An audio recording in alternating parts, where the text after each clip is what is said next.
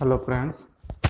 तो आज हम बात करने वाले हैं इस वीडियो में सर्वे का लेक्चर के बारे में। इंट्रोडक्शन ऑफ सर्वे।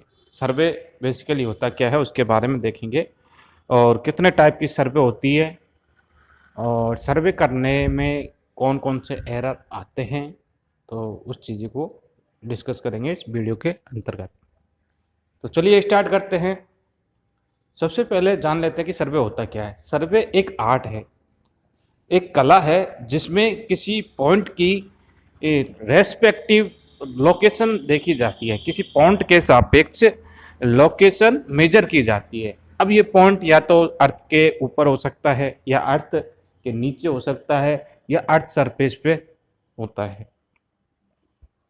तो डेफिनेशन हो जाएगी determining relative position on above ground और beneath ground of a point in form of a angular और लीनियर मेजरमेंट। यानी कि या तो एंगुलर मेजरमेंट के द्वारा या लीनियर मेजरमेंट के द्वारा किसी भी पॉइंट की लोकेशन फाइंड आउट करना, चाहे वो अर्थ के ऊपर हो, चाहे वो अर्थ के नीचे हो, या फिर अर्थ के सरफेस पर हो। इसी आर्ट को हम सर्वेइंग कहते हैं। बात करते हैं टाइप ऑफ सर्वे की। तो टाइप ऑफ सर्वे में बेसिकली जो मेन क्वेश्चन बनते हैं वो बनते हैं इसी से रिलेटेड। तो मेन जो टाइप होता है, ये दो टाइप के होते हैं, प्लेन सर्वे और जियोटेटिक सर्वे। प्लेन सर्वे जैसे नाम से पता चल रहा, प्लेन, इसमें अर्थ सरफेस को प्लेन माना जाता है। यानी कि जो कर्वेचर है उसको कंसिडर नहीं किया जाता है। जैसे कि पता है कि जो अर्थ है ये एक गोल है, लेकिन यदि हम इसकी गोल नहीं मान करके उसको एक प्लेन मान लेते हैं, जो अर्थ सरफेस रहेगी उसको हम प्लेन मान लेते हैं, तो उस सर्वे को कहते हैं प्लेन सर्वे। तो जनरली ये जब स्मॉल एरिया का सर्वे किया जाता है तभी ये कंसिडर किया जाता है। लार्ज एरिया के सर्वे के समय इसको कंसिडर नहीं किया जाता, क्योंकि लार्ज होगा तो उसमें अर्थ कर्वेचर को हमको ध्यान रखना पड़ेगा। तो जब हमने सर्वे लाइन को प्लेन माना है, तो इस समय जो प्लम्ब ऑफ लाइन होती है जो ग्रेविटी की डायरेक्शन को बताती है। जैसे कोई प्लम्बो हमने लटकाया और उसमें जो जिस हिस्से पर वो टिकेगा, यानी जिस डायरेक्शन में वो टिकेगा, वो अर्थ के सेंटर से अर्थ का जो सरफेस होता है उसके पैरेलल रहेगी। ध्यान रखना। तो ध्यान रखना, जब प्लेन सर्वे हमने किया है तो किसको कहेंगे प्लेन सर्वे, कि इसमें अर्थ का सरफेस उसको प्लेन माना है, एक सीधी लाइन माना है, और ये स्मॉल एरिया के लिए सूटेबल होता है। और इसमें जो प्लम्ब ऑफ लाइन है ये पैरेलल रहती है। और जनरली जो डिस्टेंस होती है वो 18.5 किलोमीटर से कम की डिस्टेंस पर ही सर्वे को प्लेन माना जाता है। या फिर एरिया की बात करें तो 250 किलोमीटर स्क्वायर का एरिया हो, इस एरिया के अंदर यदि सर्वे कर रहे हैं तो ही हम उसको प्लेन मान सकते हैं, अन्यथा हमको कर्वेचर को कंसिडर करना पड़ेगा। दूसरा जो मेन टाइप है यह है जियोटेटिक सर्वे, जिसमें अर्थ के कर्वेचर को कंसिडर किया जाता है, और जनरली ये लार्ज एरिया के लिए सूटेबल होता है। प्लम्ब ऑफ लाइन देखा जाए तो इसमें प्लम्ब ऑफ लाइन अर्थ के सेंटर पे एक दूसरे को क्रॉस करती है, यानी कि एक कॉन्सेंट्रिक प्लम्ब ऑफ लाइन यहाँ जनरेट होती है। यदि अर्थ के सरफेस पर हमने कर्व माना है तो, और उस पर प्लम्ब ऑफ लाइन देखे तो वो किसको कट करेंगी, तो वो अर्थ के सेंटर पर जाकर के एक दूसरे को कट करती हैं।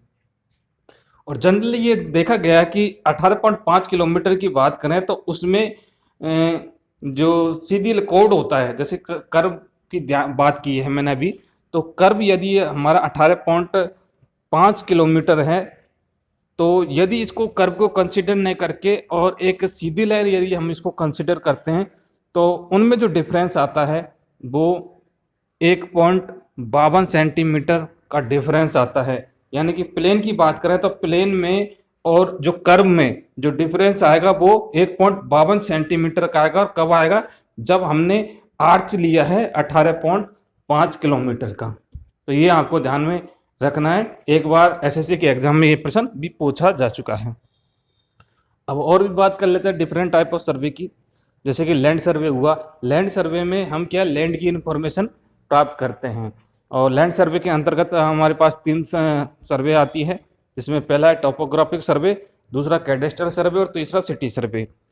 तो टोपोग्राफिक सर्वे में हमें जो टोपोग्राफिक एरिया है इसकी जानकारी प्राप्त करते हैं कि टोपोग्राफी कैसा है, जैसे माउंटेन वगैरह हुआ, पॉन्ड वगैरह हुआ, डिप्रेशन हुआ, हिल हुआ। तो ये सारी चीज़ें की जानकारी प्राप्त करनी है तो हम क्या करते हैं, टोपोग्राफिक सर्वे करते हैं।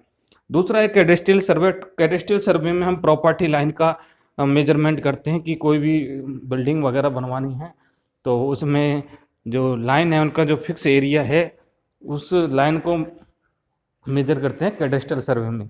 और तीसरा है सिटी सर्वे में, जिसमें हमें डिफरेंट टाइप की जो सर्विस हैं सिटी में उनको बारे में और सर्वे करते हैं, जैसे कि रोड नेटवर्क हुआ, सीवर पाइपलाइन हुआ, मेट्रो लाइन हुआ। तो इन सभी की जानकारी जिस सर्वे के अंतर्गत की जाती है तो वो सिटी सर्वे कहलाता है।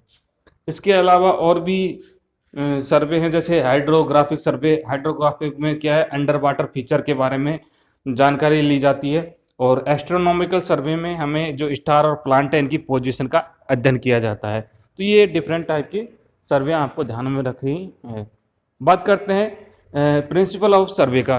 तो प्रिंसिपल ऑफ सर्वे बेसिकली दो मेन प्रिंसिपल है। एक तो है working from whole to part. Whole to part मतलब बड़े से लेकर के और उसके छोटे तक। वूल मतलब पूरा संपूर्ण, और पार्ट का मतलब उसका हिस्सा। तो एक पूरे हिस्से से लेकर के एक छोटे से पार्ट तक। तो इसमें क्या करते हैं कि पहले मेजर पॉइंट से जिस भी एरिया का सर्वे करना है उसको क्या है, मेजर पॉइंट लगा करके और उसको कवर कर लेते हैं। और फिर उसको क्या छोटे छोटे भागों में डिवाइड करते हैं। डिवाइड करने से क्या है, अब वो छोटा एरिया बन गया, अब उसका मेजर कर लेते हैं। जैसे उसका एरिया मेजर करना है तो टोटल एरिया क्या हो जाएगा, जितने भी सारे छोटे छोटे पार्ट है उसको जोड़ करके तो हम टोटल एरिया निकाल सकते हैं। तो आखिर ऐसा हमने क्यों किया, इसका क्या है कि एरर का एक दूसरे के ऊपर कोई प्रभाव नहीं पड़ेगा। जैसे किसी एक ट्राइंगल या एक से कोई हिस्सा है उसका हमने कैलकुलेशन किया और उसमें एरर आ गया। एरर आ गया तो छोटा रहेगा, तो एक तो एरर भी छोटी रहेगी, ठीक है, एरर भी छोटी रहेगी। और दूसरा ये रहेगा कि जैसे दूसरा हमने एक्यूरेट माप लिया तो इस एरर का दूसरे पर कोई प्रभाव नहीं पड़ा था, क्योंकि हमने छोटे छोटे पार्टों में डिवाइड किया था ना, इस वजह से इस एरर का दूसरा जो छोटा पार्ट है उस पर कोई प्रभाव नहीं पड़ा। तो ये बेनिफिट है वूल टू पार्ट करने में। तो मेन यही था कि इसकी एरर का प्रभाव दूसरे पर नहीं पड़ता है। और दूसरा जो हमारा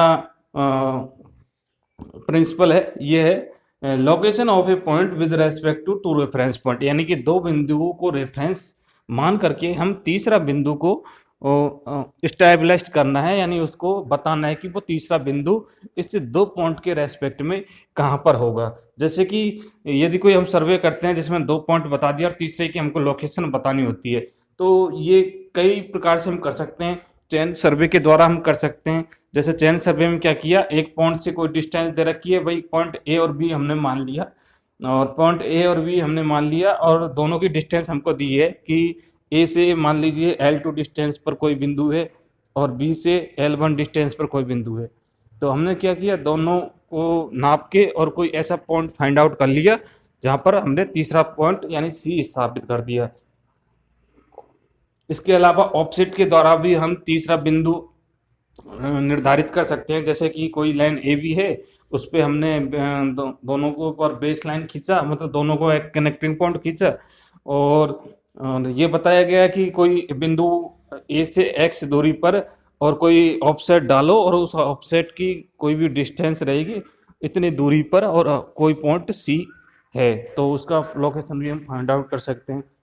तीसरा, हम कंपास के द्वारा भी किसी की लोकेशन फाइंड आउट कर सकते हैं, कंपास सर्वे के द्वारा। लेकिन इसके लिए ज़रूरी है कि जो दो पॉइंट दिए हैं इन दोनों से उनका एंगल दिया होना चाहिए। ऐसे नहीं एक एंगल से हम पता नहीं कर सकते, वैसे एक एंगल से भी पता कर सकते हैं हम, लेकिन दोनों एंगल दिए तो उससे क्या है, एग्जैक्ट पोजीशन हम पता कर सकते हैं, है ना। और इसके अलावा ट्रावर्स से भी हम पता कर सकते हैं। तो ट्रावर्स से पता कब कर सकते हैं, जब तो एक एंगल हमको दिया हो और एक एंगल के साथ साथ हमको भुजा भी देनी चाहिए, ठीक है, तो ही हम पता कर सकते हैं। यानी कि कुल मिलाकर कहने की बात यह है कि दो एंगल दिए हों तो हमें लेंथ की कोई ज़रूरत नहीं है। तो ये कंपास सर्वे के द्वारा हम कर सकते हैं। लेकिन ट्रावर्स में हमको क्या है, यदि एक एंगल दिया है तो साथ में उसको लेंथ भी देनी पड़ेगी तीसरे पॉइंट की लोकेशन पता करने के लिए। ठीक है, तो ये थी दोनों सर्वे। अब बात करते हैं कि इंस्ट्रूमेंट कौन कौन से यूज किए जाते हैं सर्वे के अंतर्गत। तो हॉरिजेंटल डिस्टेंस नापने के लिए हम टेप को यूज कर सकते हैं, चेन को यूज कर सकते हैं, टैकोमीटर को यूज कर सकते हैं, और एक ईडीएम मशीन आती है जो नई टेक्नोलॉजी पर आधारित है, तो इससे भी हम हॉरिजेंटल डिस्टेंस को नाप सकते हैं। दूसरा बात करते हैं हॉरिजेंटल एंगल की। तो हॉरिजेंटल एंगल नापने के लिए हम मैग्नेटिक कंपास का उपयोग कर सकते हैं, थियोडोलाइट का उपयोग कर सकते हैं, टोटल स्टेशन का उपयोग कर सकते हैं, और एक सेक्सटेंट होता है, सेक्सटेंट का उपयोग भी हम हॉरिजेंटल एंगल नापने के लिए कर सकते हैं। वैसे सेक्सटेंट का उपयोग हम हॉरिजेंटल और वर्टिकल दोनों एंगलों का मेजर कर सकते हैं, और थियोडोलाइट से भी हम हॉरिजेंटल और वर्टिकल एंगल नाप सकते हैं। तीसरा पॉइंट आता है कि वर्टिकल डिस्टेंस नापने के लिए कौन कौन सी डिवाइस हमको चाहिए होती है। तो टैकोमीटर और डंपी लेवल दोनों डिवाइसों का उपयोग हम वर्टिकल डिस्टेंस भी इससे नाप सकते हैं। किससे? टैकोमीटर और डंपी लेवल से। और वर्टिकल एंगल की बात करें तो मैंने अभी बताया था सेक्सटेंट और थियोडोलाइट तो है ही, प्लस इसमें एक जो मोस्ट इम्पोर्टेंट डिवाइस है वो है क्लाइनोमीटर। क्लाइनोमीटर से भी हम वर्टिकल एंगल को नाप सकते हैं। अब बात करते हैं स्केल ऑफ मैप की, कि स्केल होता क्या है। तो जनरल स्केल जो होती है मैप पे जो डिस्टेंस है डिवाइड बाय ग्राउंड पे जो डिस्टेंस है, यानी कि यदि कोई ग्राउंड पर डिस्टेंस है उसको यदि हम मैप पे ड्रॉ करना चाहते हैं तो उसके लिए हम क्या है, कोई डिस्टेंस हमको हम अज्यूम करनी पड़ेगी, और उसी को ही हम क्या कहते हैं, स्केल कहते हैं। जनरली जैसे कि कोई 100 किलोमीटर है तो 100 किलोमीटर को तो हम मैप पे ड्रॉ नहीं कर सकते, क्योंकि इसके लिए 100 किलोमीटर का मैप होना जरूरी है, लेकिन हमारे पास मैप तो छोटा है। तो इसके कारण से हम क्या करते हैं, कुछ स्केल एज्यूम करते हैं, और उस स्केल को एज्यूम ऐसा करते हैं कि वो मैप पर आ जाए। जैसे 100 किलोमीटर को हमने मान लिया, जैसे 10 सेंटीमीटर मान लिया, ताकि इतना मतलब मैप पर आ जाए आसानी से। तो इसी के लिए हम स्केल का उपयोग करते हैं। तो स्केल क्या हो जाएगा, distance on map divided by distance on ground. Generally जो पटे वाली जो संख्या, जैसे डिस्टेंस ऑफ ग्राउंड है, ये जैसे जैसे बढ़ेगी वैसे वैसे हमारा स्केल छोटा होता चला जाएगा, तो ये ध्यान रखना। और यदि छोटा है तो हमारी स्केल क्या है, लार्ज रहेगी। मतलब जो ग्राउंड का डिस्टेंस है वो छोटा है तो स्केल लार्ज रहेगी, और ग्राउंड का डिस्टेंस बड़ा है तो स्केल छोटी हो जाएगी। तो देखिए लार्ज स्केल की बात करें तो जनरली 1 सेंटीमीटर बराबर 10 मीटर यदि है तो इसको हम लार्ज स्केल कहेंगे। मीडियम टाइप की स्केल के लिए 1 सेंटीमीटर बराबर 100 मीटर होता है, और जबकि 1 सेंटीमीटर यदि ज़्यादा है 100 मीटर से तो उसको हम स्मॉल स्केल कहते हैं। जनरली इंजीनियरिंग स्केल जो यूज की जाती है इंजीनियरिंग सर्वे में, तो वो 1 सेंटीमीटर बराबर 50 मीटर की स्केल यूज की जाती है। तो ये ध्यान में रखना है इंजीनियर स्केल क्या होता है। कई कई जगह ये 1 सेंटीमीटर बराबर 40 मीटर होता है, लेकिन आपको ये ध्यान में रखना है 1 सेंटीमीटर बराबर 50 मीटर ये इंजीनियरिंग टाइप की स्केल है। इसके अलावा एक वर्ड और यूज होता है एसएफ। एसएफ मतलब श्रिंकेज फैक्टर। श्रिंकेज फैक्टर होता क्या है, तो श्रिंकेज फैक्टर रॉन्ग लेंथ बटे ओरिजिनल लेंथ, इनका जो रेशियो होता है उसको श्रिंकेज फैक्टर कहते हैं। तो जनरली रॉन्ग लेंथ है वो कम होती है, तो इसके कारण से श्रिंकेज फैक्टर की जो वैल्यू है हमेशा 1 से कम होती है। तो ये आपको ध्यान में रखना है। यहाँ से यदि हम श्रिंकेज स्केल निकालना चाहे यानी आरएफ निकालना चाहे तो वो उसका फॉर्मूला क्या हो जाएगा, ओरिजिनल स्केल गुणा एसएफ यानी कि श्रिंकेज फैक्टर। तो हम श्रिंक स्केल इससे भी निकाल सकते हैं, इसी का वज्र गुणा वगैरह करके, और हमने श्रिंक स्केल यानी कि रॉन्ग लेंथ है वो निकाल ली थी। तो क्या हो जाएगा इस फॉर्मूले से, ओरिजिनल लेंथ गुणा एसएफ यानी कि श्रिंकेज फैक्टर। तो लेंथ में यदि करेक्टेड लेंथ हमको निकालनी है तो हो जाएगा फॉर्मूला हमारे पास measure length divided by shrinkage ratio, यानी कि श्रिंकेज रेशियो या श्रिंकेज फैक्टर एक ही है। तो करेक्टेड लेंथ क्या हो जाएगी, measure length divided by shrinkage ratio. और यदि एरिया में करेक्शन हमको निकालना है या करेक्टेड एरिया हमको निकालना है तो हमारे पास क्या हो जाएगा, मेजर एरिया बटे श्रिंकेज रेशियो और इसका होल स्क्वायर।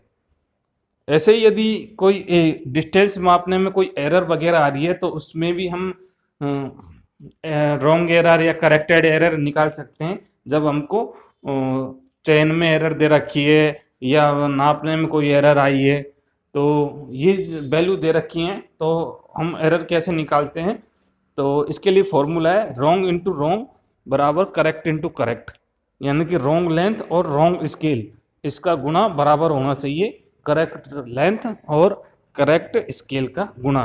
तो इसी कॉन्सेप्ट को यूज करके हम और लेंथ में करेक्शन कर सकते हैं।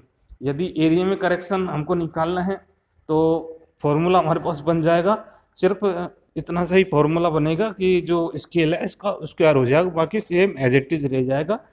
तो करेक्ट एरिया का फॉर्मूला क्या हो जाएगा? Wrong scale divide by correct scale, इसका होल स्क्वायर और इनटू हो जाएगा मेजर्ड एरिया।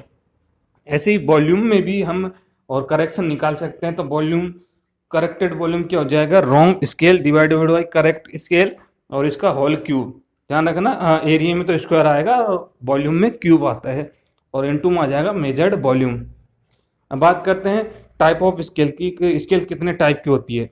तो जनरली मेन देखा जाए तो 3 टाइप की स्केल होती है, प्लेन, डायगोनल और वर्नियर। प्लेन स्केल इसमें सिर्फ यूनिट को नापा, यूनिट और टेंथ को नापा जाता है, यानी कि इकाई और दहाई इनका संख्या नापी जाती है। डायगोनल की बात करें तो इनमें इकाई, दहाई और सैकड़ा, मतलब यूनिट, टेंथ और 100 दोनों ही तीनों ही डायमेंशन नापी जाती है। ध्यान रखना प्लेन के लिए तो 2 डायमेंशन यूज की जाती हैं और डायगोनल के लिए 3 डायमेंशन यूज की जाती है। तीसरा जो है वर्नियर, वर्नियर में यदि जो डिवीजन है एक ही डायरेक्शन में हो तो उसको हम सिंगल वर्नियर कहेंगे, और यदि इनका जो रीडिंग है वो दोनों डायरेक्शन में हो तो उसको हम डबल वर्नियर कहते हैं। लिस्ट काउंट की बात करें तो लिस्ट काउंट होता क्या है? तो smallest division of main scale minus smallest division of vernier scale, यानी कि जो मेन स्केल में छोटा सा छोटा अंश कितना है और उसको माइनस करेंगे वर्नियर में छोटा सा छोटा अंश कितना है, स्मॉलेस्ट डिवीजन कितना है, तो इन दोनों का जो अंतर रहेगा उसको हम लिस्ट काउंट कहते हैं। वैसे एक जनरली फॉर्मूला लिस्ट काउंट का भी दिया हुआ है, लिस्ट काउंट बराबर होता है एस अपॉन एन। एस क्या है? एस है यहाँ पे small division of main scale और एन क्या है? Total division of vernier scale. तो इससे भी हम लिस्ट काउंट निकाल सकते हैं। इसके अलावा वर्नियर के और टाइप भी यहाँ पे दे रखे हैं। वर्नियर के बेसिकली 3 टाइप हैं, डायरेक्ट, रेट्रोगेट और एक्सटेंड। डायरेक्ट वर्नियर क्या होता है कि इसमें जो मेन स्केल है उसी की डायरेक्शन में और वर्नियर की भी रीडिंग उसी डायरेक्शन में होती है, यानी एक ही डायरेक्शन में इनकी रीडिंग लिखी रहती है। और जनरली जो वर्नियर स्केल है इसका एन डिवीजन मेन का n-1 डिवीजन के बराबर होता है। तो ध्यान रखना n-1 मतलब मेन इसमें बड़ा है, इसी कारण से वर्नियर का n और मेन का n-1 मतलब n से 1 कम इसके बराबर हो रहा है। ठीक है। और रेट्रोगेट में इसमें क्या है, जो रीडिंग लिखी रहती है इसमें डायमेंशंस लिखी रहती हैं स्केल में, वो अपोजिट डायरेक्शन में लिखी रहती है, मतलब जिस साइड में मेन की लिखी है उसके अपोजिट डायरेक्शन में वर्नियर की लिखी रहती है। तो इस कंडीशन में जो वर्नियर n है उसकी n डिवीजन और मेन का n+1 डिवीजन दोनों बराबर होता है, यानी कि इसमें वर्नियर की जो लेंथ है वो ज़्यादा होती है। तो ध्यान रखना डायरेक्ट और रेट्रोगेट में यही फ़र्क है, इसमें तो n-1 होता है मेन का और इसमें n+1 होता है। और एक्सटेंड में बात करें तो एक्सटेंड में वर्नियर का n डिवीजन है वो मेन का 2n-1 डिवीजन के बराबर होता है। तो ये थे कुछ स्पेशल टाइप ऑफ स्केल के। अब बात करते हैं एरर। तो बेसिकली 2 टाइप की एरर होती है, एक तो होती है सिंथेटिक एरर और दूसरी होती है रैंडम एरर। सिंथेटिक एरर को हम सिस्टमेटिक एरर भी कह सकते हैं, और ये इंस्ट्रूमेंट के कारण, जो हम इंस्ट्रूमेंट यूज कर रहे हैं इसमें डिफेक्ट के कारण से ये एरर आ सकती है। कंडीशन के कारण से आती है, एनवायरनमेंट की जैसी भी कंडीशन है, जैसे कि बारिश हो रही है, आंधी तूफान चल रहे हैं, तो इस पर भी ये डिपेंड कर सकती है। और मेथड ऑफ मेजरमेंट कैसे कर रहे हैं उसके ऊपर भी डिपेंड करता है। तो सिंथेटिक एरर या सिस्टमेटिक एरर है, ये क्यूमुलेटिव नेचर की होती है और इसको हम करेक्शन के द्वारा निकाल सकते हैं। जनरली सिंथेटिक एरर होती है ये लेंथ के प्रोपोर्शनल टू होती है, मतलब जितनी ज़्यादा लेंथ होगी और उतनी ज़्यादा ही एरर आती रहेगी। दूसरी टाइप की जो एरर है ये है रैंडम एरर। रैंडम एरर को हम एक्सीडेंटल एरर कहते हैं और जनरली इसको हम कंपनसेटिंग एरर भी कह सकते हैं। तो जो सिंथेटिक एरर है, इसके बाद जो ह्यूमन की मिस्टेक है, इनके बाद जो एरर रह जाती है वो रैंडम एरर कहलाती है। तो ये जनरली ऑब्जर्वर की लापरवाही के कारण से होती है, या कोई इंस्ट्रूमेंट खराब है तो उसकी कमी से भी ये हो सकती है। ठीक है, तो ये कह सकते हैं कुल मिलाकर के जो मिस्टेक्स के कारण से जो एरर आती है, क्योंकि हमने मेजर तो सही किया लेकिन जब हमने कैलकुलेशन किया तो कैलकुलेशन में हमने गड़बड़ी कर दी ये। ठीक है, तो उसके कारण से जो एरर बची है वो कौन सी है, रैंडम एरर कहलाती है। तो रैंडम एरर है ये 1/√n के बराबर होती है। यहाँ पे √n क्या है, n की वैल्यू है नंबर ऑफ ऑब्जर्वेशन, कि कितनी बार हमने ऑब्जर्वेशन किया, मतलब जितना ज़्यादा ऑब्जर्वेशन करेंगे उतनी ही रैंडम एरर कम होगी। और ये पॉजिटिव और नेगेटिव दोनों प्रकार की हो सकती है। इसके अलावा रैंडम एरर है ये √L यानी कि जो लंबाई है उसके अंडर रूट इसके समानुपाती होती है। तो अब बात करते हैं डिफरेंट टाइप ऑफ एरर और उनके नेचर के बारे में। तो जो इनकरेक्ट लेंथ ऑफ टेप है, यानी टेप में की जो लंबाई है वो प्रॉपरली है नहीं है, जिस जो स्टैंडर्ड साइज है उसकी होनी चाहिए। तो स्टैंडर्ड साइज की टेप लेंथ यदि नहीं है तो इस कारण से जो एरर आएगी ये आएगी कुमुलेटिव नेचर की आएगी, और ये पॉजिटिव और नेगेटिव दोनों प्रकार की हो सकती है। दूसरी जो है बैड रेंजिंग, यानी कि रेंजिंग हमने सही ढंग से नहीं की है, जिस डायरेक्शन में हमको रेंजिंग करनी थी उसके मतलब इधर उधर हमने रेंजिंग की है। तो बैड रेंजिंग के कारण से जो एरर आएगी ये भी कुमुलेटिव नेचर की होगी, और ये सिर्फ पॉजिटिव हो सकती है, क्योंकि जब इधर उधर करेंगे तो हमारे जो मेजर की हुई डिस्टेंस है वो कम रहेगी। और तीसरा जो एरर है ये है stretching horizontally, no stretch horizontally, कि हमने क्या है हॉरिजेंटली स्ट्रेच नहीं किया और वो क्या झूलता रह गया, चेन या टेप जो भी है वो क्या बीच में से झूलती रह गई। तो इसके कारण से क्या है जो एरर आएगी ये भी कुमुलेटिव नेचर की है, क्योंकि इसमें जो टेप या चेन है इसकी लेंथ छोटी पड़ गई, क्योंकि वो झूल रहा है, इसका मतलब प्रॉपरली हमने उसको खींचा नहीं है। और टेम्परेचर के कारण से भी एरर आ सकती है। तो टेम्परेचर के कारण से जो एरर आती है तो उसको हम कुमुलेटिव एरर कहते हैं, और ये प्लस और माइनस दोनों प्रकार की हो सकती है, क्योंकि टेम्परेचर ज़्यादा भी हो सकता है और कम भी हो सकता है। क्योंकि जनरली जब टेम्परेचर ज़्यादा होगा तो क्या है हमारी चेन और टेप वगैरह है यदि वो मेटल की बनी हुई है तो वो टेम्परेचर के कारण से फैल जाएगी तो इसके कारण से उसकी लेंथ है वो इंक्रीज हो जाएगी, तो इसके कारण से भी एरर आ सकती है। और जैसे ठंडा एरिया है तो ठंडा एरिया रहेगा तो चेन हमारी क्या सिकुड़ जाएगी। ठीक है, तो चेन में क्या एरर आ जाती है इन टेम्परेचर के कारण से, और जब चेन में एरर आ जाएगी तो हमारे पास जो मेजर डिस्टेंस है उसमें भी एरर आ जाती है।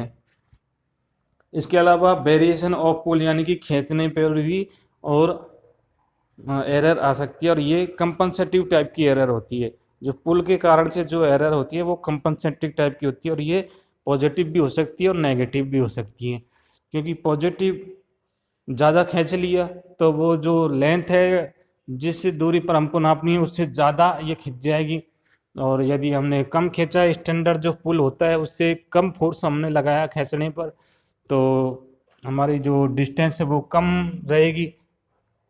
तो ये पॉजिटिव और नेगेटिव दोनों टाइप की होती है, लेकिन ध्यान रखना कंपनसेटिव टाइप की होती है।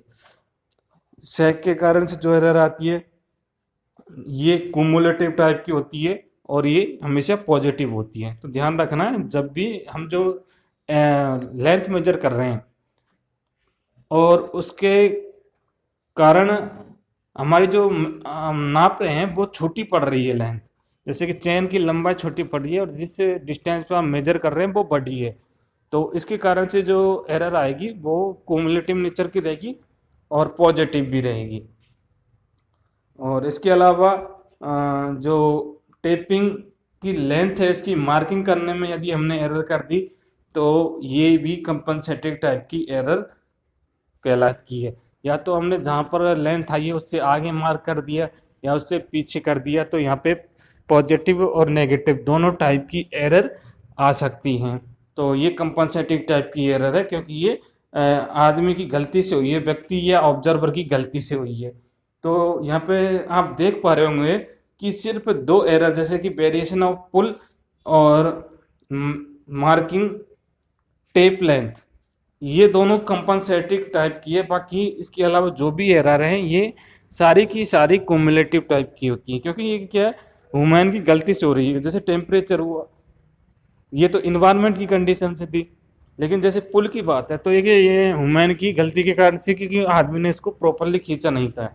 और ऐसे ही मेकिंग टेपिंग लेंथ, जो लेंथ में मार्किंग की है वो भी आदमी ने प्रॉपरली नहीं की, मेजर तो ठीक किया लेकिन मार्किंग सही ढंग से नहीं की। तो आदमी की जो मिस्टेक्स के कारण से इस टाइप की एरर होती है, उसको हम कंपनसेटिंग एरर कह सकते हैं। ठीक है, तो ये थे सर्वे की कुछ इंपॉर्टेंट बातें जो कि आपको ध्यान में रखनी है। और इस वीडियो में इतना ही दोस्तों। आपको यदि मेरा ये वीडियो अच्छा लगे तो और भी मैं बढ़िया बढ़िया टाइप के वीडियो आपको लेकर के आऊँगा। तो यदि आप मेरे चैनल पर नए हैं तो मेरे इस चैनल को सब्सक्राइब कीजिए, और अच्छा लगे दोस्तों को शेयर भी कीजिए। ठीक है, तो धन्यवाद एंड बेस्ट ऑफ लक।